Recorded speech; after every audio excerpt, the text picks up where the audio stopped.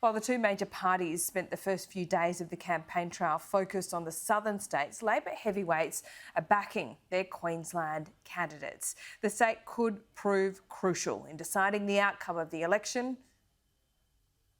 Queensland played a big part in determining the results of the 2019 federal election. How good's Queensland? And indications are the Sunshine State is just as important in 2022. We learned the lessons from the last election campaign.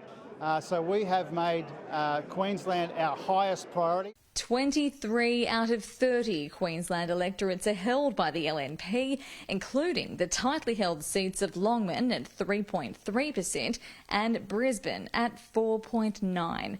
The most marginal seat is Lilley in Brisbane's north, held by Labor at 0.6%.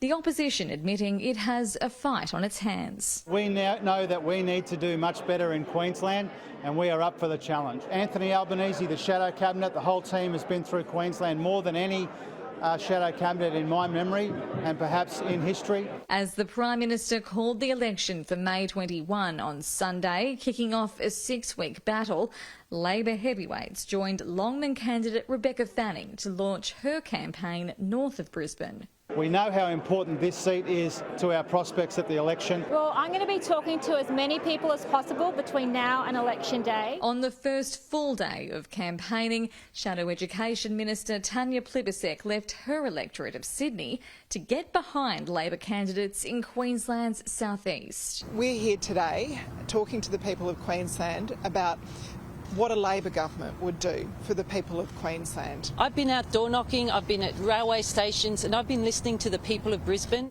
On day 3, the Shadow Treasurer joined the acting Premier on a trip to the central Queensland electorate of Flynn.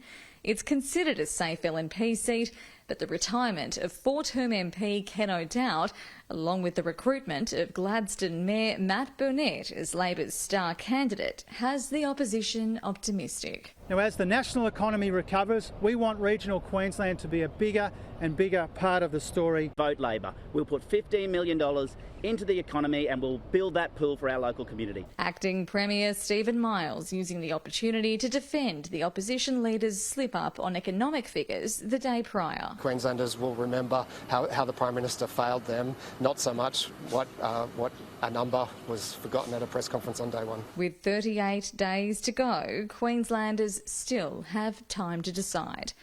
Claire Todd-Hunter, Sky News, Brisbane.